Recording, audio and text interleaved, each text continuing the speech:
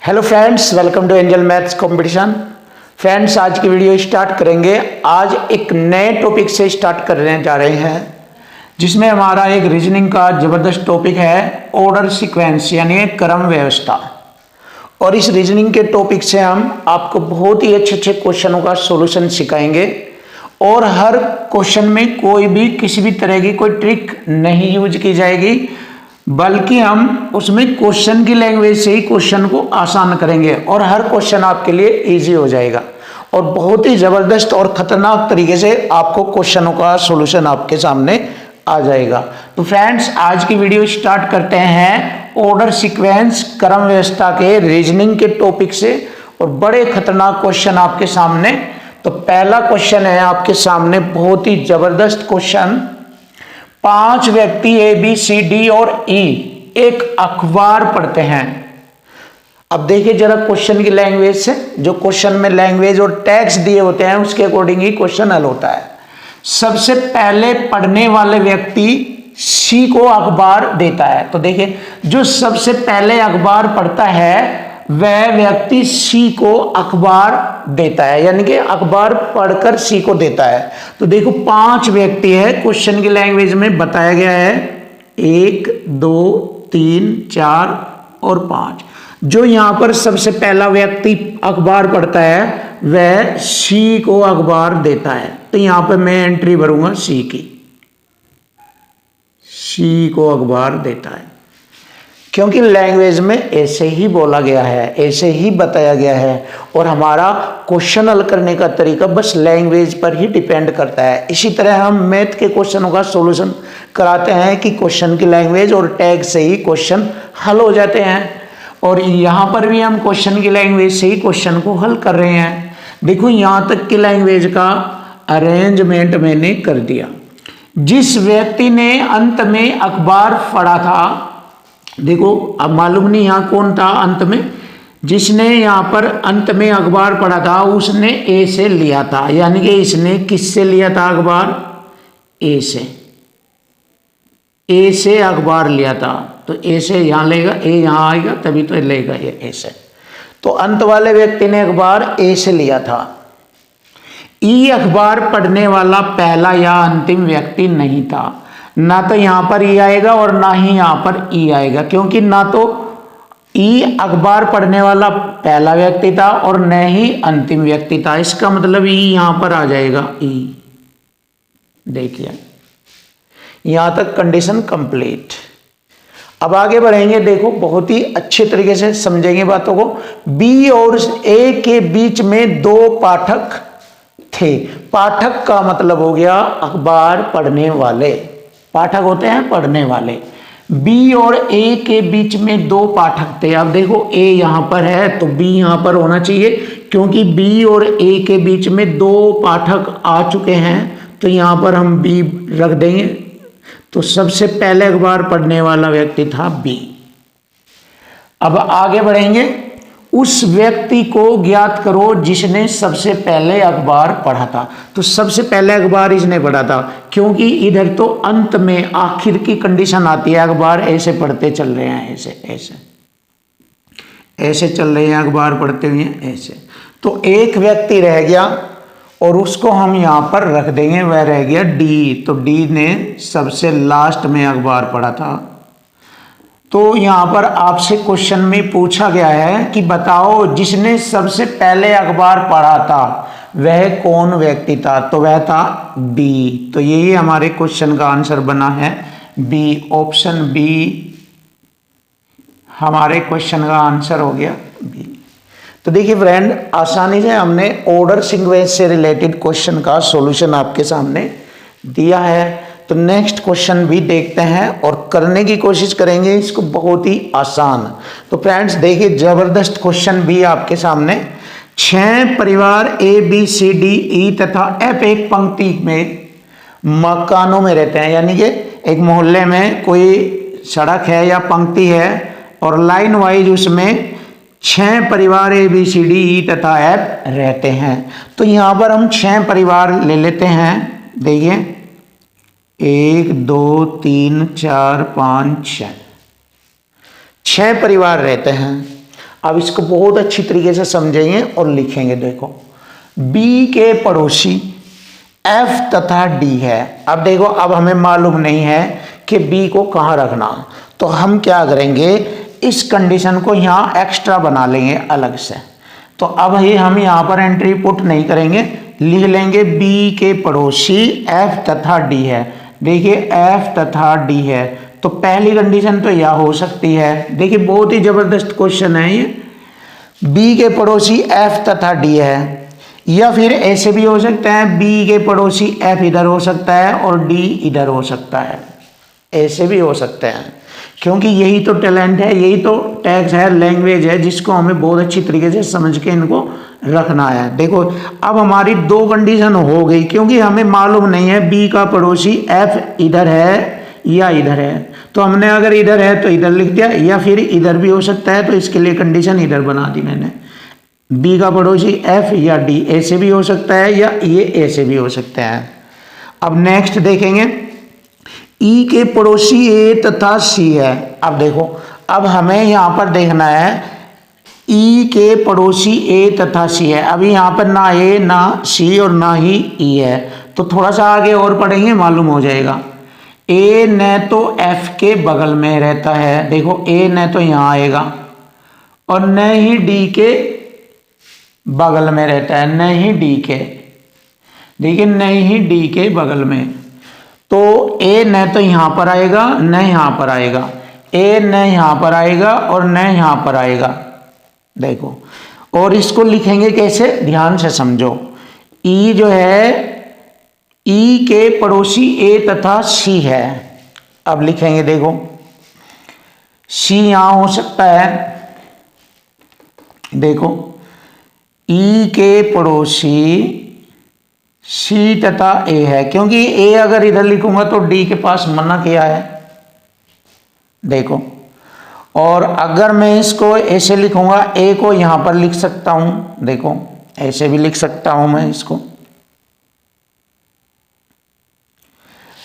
देखो ई ए तथा सी, ई के पड़ोसी ए तथा सी है। अब ई का पड़ोसी इधर सी और ए भी हो सकता है, इसको हम लिखेंगे यहां पर, ऐसे भी लिख सकते हैं हम इसको। देखो ध्यान से देखो, बहुत अच्छी तरीके से आगे बढ़ेंगे। यदि सी भी डी के बगल में नहीं रहता है, अब देखो सी भी डी के बगल में नहीं रहता है, सी भी डी के बगल में नहीं रहता है, सी भी डी के बगल में नहीं रहता, जबकि यहां पर तो सी डी के बगल में है, देखो, और यहां भी सी डी के बगल में है। तो हम इसको कैसे लिखना चाहेंगे, हम इसको लिखेंगे इस तरीके से लिख लेंगे। इसको हम कैसे लिखेंगे, यहां से हटाएंगे और इसको यहां पर लिख देंगे ऐसे, सी ई ए, ऐसे लिख देंगे। देख लीजिए आप, यहीं से पता लग रहा है, बहुत इंपॉर्टेंट और मोस्ट पॉइंट है ये, माइंड से देखना पड़ता है। सी भी डी के बगल में नहीं रहता है, देखो सी डी के बगल में नहीं रहता, तो एफ के बगल में तो नहीं उसने कहा, ये रहा।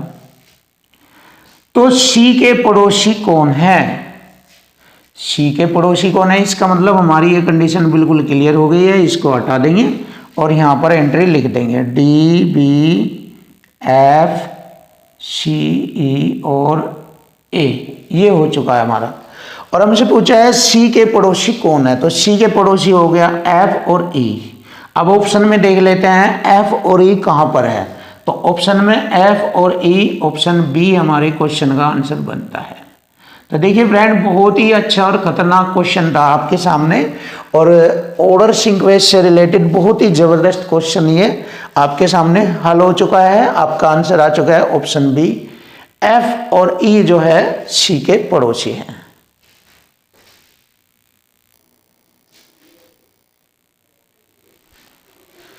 देखिए क्वेश्चन नंबर 3, ये टाइप फर्स्ट का क्वेश्चन नंबर 3 है, और बहुत ही जबरदस्त तरीके से इस क्वेश्चन का सॉल्यूशन आपको कराया जाएगा। तो देखिए फ्रेंड, क्वेश्चन नंबर 3, उत्तर की ओर मुंह किए हुए 5 घर ए बी सी डी तथा ई है।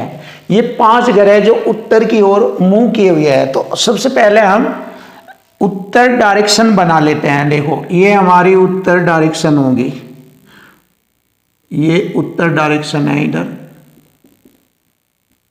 और नीचे इधर दक्षिण होता है, और इधर पूर्व होता है, इधर पश्चिम होता है। ये सभी आपको मालूम है। जैसे ये आपको डायग्राम मालूम है, इधर उत्तर, ये दक्षिण नीचे की ओर, और इधर पूर्व, और ये हो गया पश्चिम। तो देखो 5 घर है जिनका मुख उत्तर दिशा में है। अब देखो 5 घर बना लेते हैं हम, 1 2 3 4 और 5। ये 5 घर बना लिया हमने। ऐसे बना लीजिए आप 5 घर।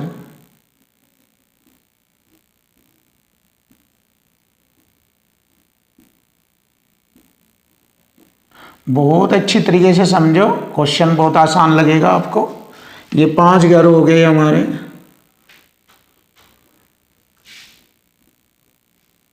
थोड़ा सा स्टैंडर्ड वैसे ही बना रहा हूँ समझाने के लिए। 5 घर है ये हमारे, देखो ध्यान से। और जब इनका मुख उत्तर दिशा में है तो ये वाला जो घर है ये लेफ्ट साइड में है, बाईं साइड में, आप कह सकते हैं बायां। ये सिरा इसका बायां हो गया, और इधर का सिरा ये हो गया दायां। तो इसमें लेफ्ट और राइट यानी कि बायां दायां भी ध्यान रखना है। और ये जब होता है जब इनका मुख उत्तर दिशा में होगा तब बायां दायां होता है। अगर दक्षिण दिशा में होता है तो इधर दायां इधर बायां हो जाता। तो अब हम देखते हैं क्वेश्चन की लैंग्वेज से क्वेश्चन को हल करेंगे। जैसे कि मैंने आपको बार बार बताया है, कोई भी क्वेश्चन अगर लैंग्वेज का आता है, चाहे वो रीजनिंग का होता है, चाहे वो मैथ का होता है, तो हर क्वेश्चन आपका लैंग्वेज से ही कंप्लीट हो जाएगा। क्योंकि लैंग्वेज में टैग्स और क्वेश्चन को मॉडरेट करने के तरीके उलझाने के लिए दिए होते हैं, उनको ही सेट करना और क्वेश्चन फिनिश। अब स्टार्ट करते हैं। ए, ई और बी के बीच में है।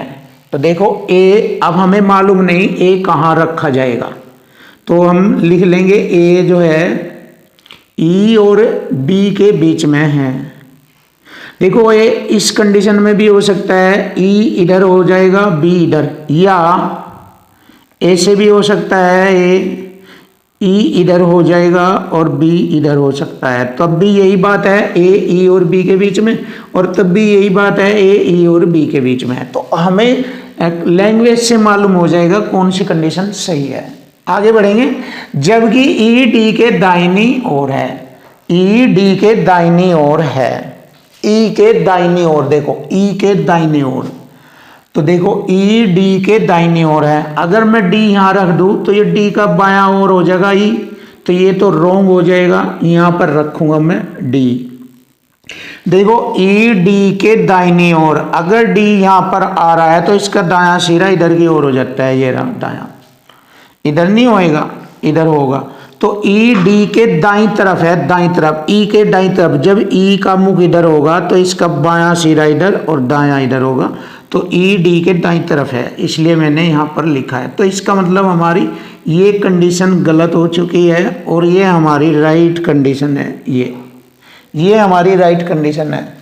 डी और सी अंतिम छोर पर है, तो एक यहाँ पर आ जाएगा डी और सी इधर आ जाएगा अंतिम छोर, क्योंकि उसने अंतिम छोर बोला है। अंतिम छोर का मतलब लास्ट सिरा। और हो चुके हमारे 5 घर, 5 घर हो गए, देखें 5 घर, 1 2 3 4 5। तो कौन सा घर ठीक मध्य में है? तो कौन सा घर? ये वाला घर ए। तो हम लिख लेते हैं यहाँ पर ए घर है, इधर ये ई है और इधर ये डी है, और बी यहाँ पर लिखेंगे, सी यहाँ पर लिखेंगे। तो कौन सा घर ठीक मध्य में है? तो हमारे क्वेश्चन का आंसर आ गया ऑप्शन बी, ए घर ठीक मध्य में है, यही हमारे क्वेश्चन का आंसर बनेगा। टाइप नंबर 2, देखो फ्रेंड्स, टाइप नंबर 2 एक बहुत ही बेस्ट और ज़बरदस्त टाइप है। तो इस टाइप के क्वेश्चनों को बहुत ही ध्यान से समझेंगे और क्वेश्चन की लैंग्वेज से ही क्वेश्चन का आंसर आएगा। तो टाइप नंबर 2 है लंब क्रम व्यवस्था, यानी वर्टिकल सीक्वेंस। अब वर्टिकल सीक्वेंस जो होती है, यानी कि लंब क्रम व्यवस्था दो प्रकार की होती है। लंब का मतलब हाइट, ऊंचाई। तो ऊंचाई को दो प्रकार से इंडिकेट किया जाता है। एक तो होता है ऊंचाई आरोही क्रम में, यानी कि लड़के लड़कियों को आरोही क्रम में खड़ा कर दिया जाता है पंक्ति के अंदर, या पंक्ति में अवरोही क्रम में खड़ा कर दिया जाता है। तो यह लंब क्रम व्यवस्था दो प्रकार की होती है, या तो आरोही क्रम में या अवरोही क्रम में खड़ा किया जाता है। तो देखो आरोही क्रम होता क्या है, देखो ये हमारी पंक्ति है, ध्यान से समझो। और इस पंक्ति में हम अगर विद्यार्थियों को आरोही क्रम में खड़ा करते हैं, आरोही क्रम का मतलब है बढ़ता क्रम, ऊंचाई का बढ़ता क्रम। तो सबसे छोटा बंदा यहां पर खड़ा होगा, इससे बड़ा इधर, फिर उससे बड़ा इधर, फिर इससे बड़ा इधर, इस तरह से ये आरोही क्रम हो गया है। ऐसे इस प्रकार से अगर हम एक पंक्ति में कुछ विद्यार्थियों को या कुछ लड़के लड़कियों को आरोही क्रम में उनकी ऊंचाई के अनुसार खड़ा करते हैं, तो ये आरोही क्रम इस प्रकार से होता है, बढ़ता क्रम, हाइट का यानी कि ऊंचाई का बढ़ता क्रम, इसको बोलते हैं हम आरोही क्रम। ध्यान दीजिए हमारी बात पर, हमारा पॉइंट बहुत ही इंपॉर्टेंट है ये, ध्यान दो। अब अवरोही क्रम देखते हैं। अब देखो, अगर विद्यार्थियों को या लड़के लड़कियों को अवरोही क्रम में खड़ा किया जाता है, जिसको हम बोलते हैं अवरोही क्रम, यानी कि हाइट या ऊंचाई के घटते क्रम में अवरोही क्रम ये होता है। पहले जो अवरोही क्रम में खड़ा करेंगे तो सबसे बड़ा बच्चा, सबसे ऊंचा हाइट वाला बच्चा खड़ा करते हैं ऐसे, ये। उसके बाद इससे छोटे वाला, इसके बाद इससे छोटा, फिर इससे छोटा, फिर इससे छोटा, फिर इससे छोटा और फिर इससे छोटा, ऐसे। तो हम इसको बोलते हैं अवरोही क्रम।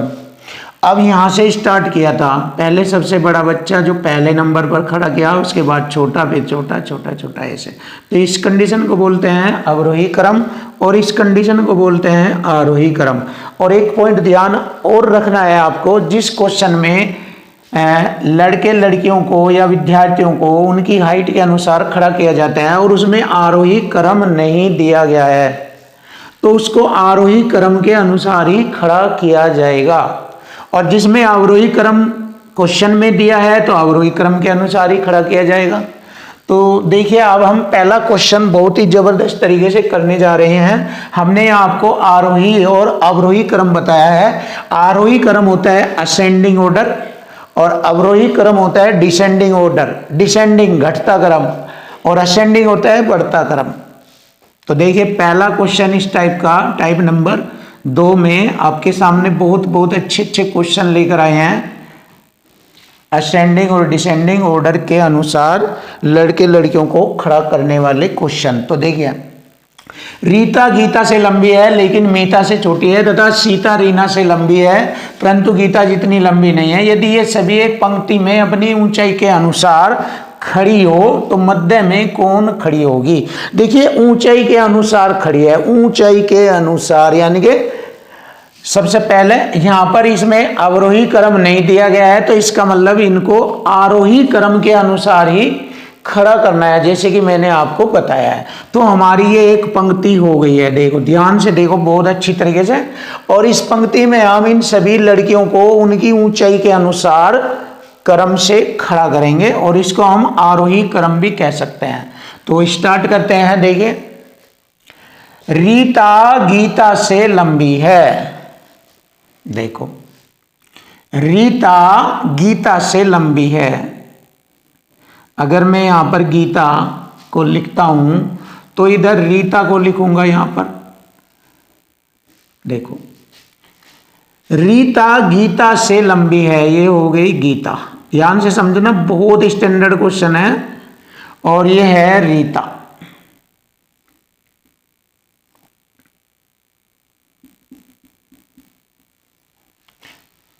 लेकिन मीता से छोटी है। अब कौन है छोटी? देखो, रीता गीता से तो लंबी लेकिन मीता से छोटी, इसका मतलब मीता इससे भी बड़ी होगी। थोड़ा इसको और छोटा बना लीजिए यहां। ये हो गई रीता, लेकिन मीता से छोटी है। अब मीता और बड़ी बनाएंगे यहां पर।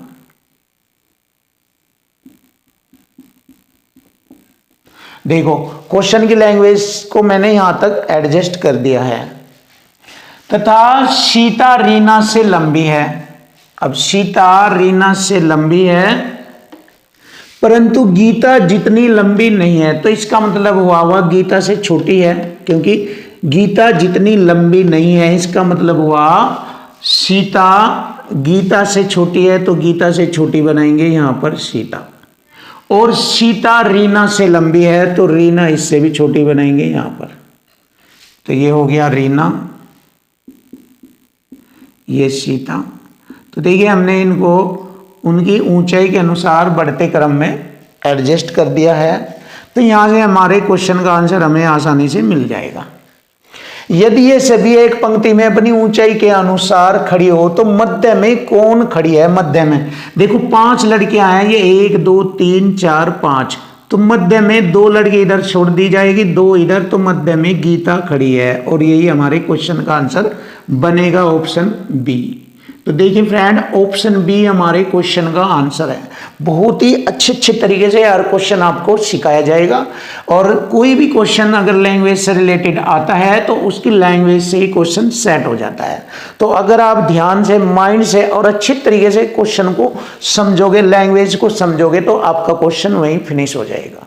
कोई ट्रिक लगाने की आवश्यकता नहीं है, जरूरत नहीं है, क्योंकि जब आप माइंड का सही तरीके से प्रयोग करते हैं तो इसमें ट्रिक की आवश्यकता नहीं है। क्योंकि जिस राइटर ने इसको बनाया है, इसको क्वेश्चन को, उसने कोई ये ट्रिक से नहीं बनाया कि इसको ट्रिक से बनाया है इसकी लैंग्वेज को। तो जब इसको ट्रिक से नहीं बनाया, तो इसको माइंड से बनाया है, तो माइंड से हम इसको हल कर देंगे, तो हमें ट्रिक की आवश्यकता नहीं होगी। इसी तरीके से हम मैथ कराते हैं, उसमें भी ट्रिक को यूज करने की आवश्यकता नहीं होती। और वैसे आप यूज कर सकते हो, आपकी मर्जी है, लेकिन हम तो अपने टैलेंट से बिल्कुल आसान और इजी बना देंगे उसको। तो देखिए बहुत ही जबरदस्त और खतरनाक तरीके से अब नया क्वेश्चन आपके सामने। विजय शंकर से बड़ा किंतु कुमार से छोटा, वास्तव श्री से छोटा है, श्री शंकर से छोटा, इन सभी को यदि लंबाई के अनुसार अवरोही क्रम में खड़ा किया जाए। देखो यहां पर क्वेश्चन में अवरोही क्रम, और अवरोही क्रम मैंने आपको बताया है बड़े से छोटे की ओर ऐसे खड़ा करता चल जाइए आप उनको। ये बड़ा, फिर उससे छोटा, फिर उससे छोटा, ऐसे ये इसको अवरोही क्रम बोलते हैं, यानी कि डिसेंडिंग ऑर्डर बोलते हैं, डिसेंडिंग ऑर्डर। तो यहां पर इन सभी को मैं डिसेंडिंग ऑर्डर के अनुसार खड़ा करता हूं एक पंक्ति में। चलिए करते हैं, ये रही। तो पढ़िए लैंग्वेज, विजय शंकर से बड़ा है, विजय शंकर से बड़ा है।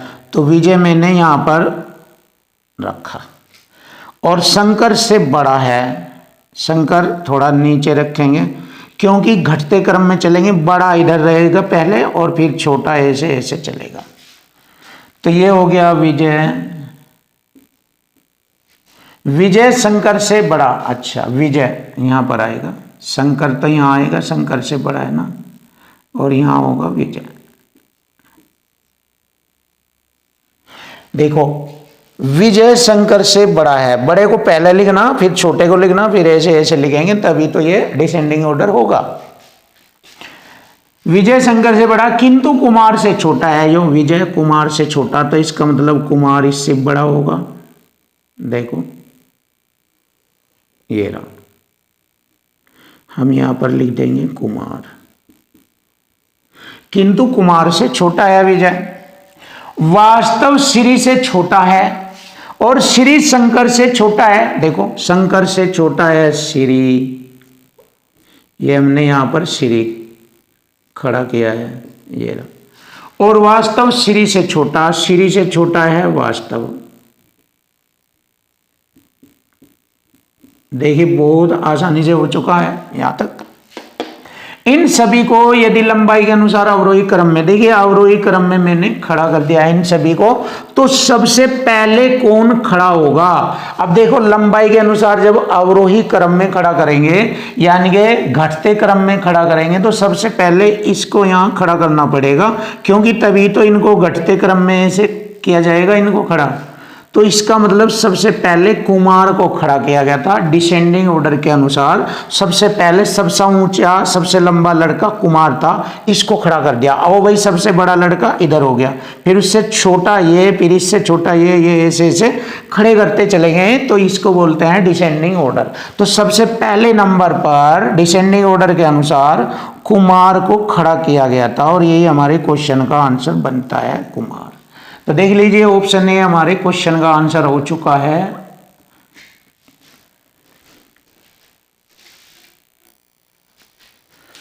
क्वेश्चन नंबर 6 बहुत ही अच्छे क्वेश्चन आपके सामने, और क्वेश्चन को हम उसकी लैंग्वेज से ही सोल्व करेंगे। तो देखो बी से ए बड़ा है, तो देखो बड़ा छोटा कोई भी इस टाइप का क्वेश्चन, लंबा मोटा पतला कोई भी इस टाइप का जो क्वेश्चन आएगा वो हम इस कंडीशन पर उसको सोल्व करेंगे। देखिए बहुत ही अच्छी तरीके से ये हमारी कंडीशन को रिप्रेजेंट करेगा। बड़ा होगा तो बड़ा लिखेंगे, छोटा होगा तो छोटा नीचे लिखेंगे, बड़े को ऊपर, बड़े बड़े को ऊपर, छोटे छोटे को नीचे लिखते हैं। चाहे वो हाइट में हो, चाहे वो लंबाई में हो, चाहे वो मोटा हो, पतला हो या आयु में हो। तो ध्यान से सुनो, अगर आयु में बड़ा है तो उसको ऊपर लिखेंगे, आयु में छोटा हो तो नीचे। अगर ऊंचाई में बड़ा होगा तो ऊपर, और ऊंचाई में छोटा होगा तो नीचे। अगर मोटा होगा तो ऊपर और पतला होगा नीचे। अगर भारी होगा ऊपर और हल्का होगा नीचे। इस तरीके से हम किसी भी टाइप के इस प्रकार के क्वेश्चनों का सॉल्यूशन कर सकते हैं। तो देखिए यहाँ पर हम रिप्रेजेंट करेंगे सीधे लंब कंडीशन के रूप में, यहाँ पर रिप्रेजेंट करेंगे इनको सभी को। बी से ए बड़ा है, बी से, देखो यहाँ पे अगर मैं बी लिखता हूं तो बी से ए बड़ा है। देखो ये रहा, बी से ए बड़ा है। बड़े को मैंने बताया है ऊपर लिखा जाएगा और छोटे को नीचे लिखा जाता है, परंतु सी से छोटा है। देखो बी से ए बड़ा है परंतु सी से छोटा है, सी से छोटा है। अब देखो यहां तक ई से डी छोटा है, इसको अलग लिख लीजिए। ई से डी छोटा है परंतु ए से बड़ा है, ए से बड़ा है ये, ए से। अब देखो यहां पर इनको कैसे लिखेंगे, ए डी ई ऐसे लिखेंगे, ए डी ई ऐसे लिखेंगे इनको। अब आगे देखेंगे यदि सी आयु में डी से छोटा है, देखो सी आयु में डी से छोटा, तो डी से छोटा कर लेंगे यहां पर इसे ऐसे, डी से छोटा। देखो परंतु सी से छोटा है ए, देखो यहां सी से छोटा है ए और डी से छोटा है ये राशि। यदि सी आयु में डी से छोटा है, डी से छोटा, तो देखो बहुत ही आसानी से इसको रिप्रेजेंट कर लेते हैं। देखो एक बार फिर लिखेंगे इसको, अगर आप चाहे तो मैं एक बार और रिप्रेजेंट करता हूं इनको, एक बार और आपके लिए। बी से ए बड़ा है, देखो बी से ए बड़ा है ये रहा, परंतु सी से छोटा है यो ए, सी से छोटा है, सी लिख लीजिए। ई से डी छोटा है, देखो ई से डी छोटा है, नीचे रखेंगे, परंतु ए से बड़ा है कौन, डी, डी बड़ा है ए से। देखो डी बड़ा है ए से। यदि सी आयु में डी से छोटा है, देखो सी आयु में डी से छोटा है, तो आयु में सबसे बड़ा कौन है, और ई हम यहां पर लिखेंगे क्योंकि डी ई से छोटा है। तो ये हमारे 5 व्यक्ति आयु के अनुसार रिप्रेजेंट किए गए हैं। अब पूछा है आयु में सबसे बड़ा कौन है, सबसे बड़ा आयु में कौन है, ई है। तो क्वेश्चन का आंसर बना है सबसे बड़ा आयु में है ई, ऑप्शन डी हमारे क्वेश्चन का आंसर बना है। नेक्स्ट क्वेश्चन देखते हैं। पप्पू, सुधा, रजनी, विजय और शंकर, ये 5 सदस्य है और विजय शंकर से छोटा है। इसको भी ऐसे ही रिप्रेजेंट कर लीजिए आप। विजय शंकर से छोटा है, शंकर ऊपर लिखेंगे और विजय छोटा हो गया शंकर से। सुधा रजनी से छोटी है, देखिए सुधा रजनी से छोटी, ऐसे लिख लेंगे। तथा रजनी पप्पू से छोटी है, पप्पू ऊपर लिख लेंगे यहाँ पर।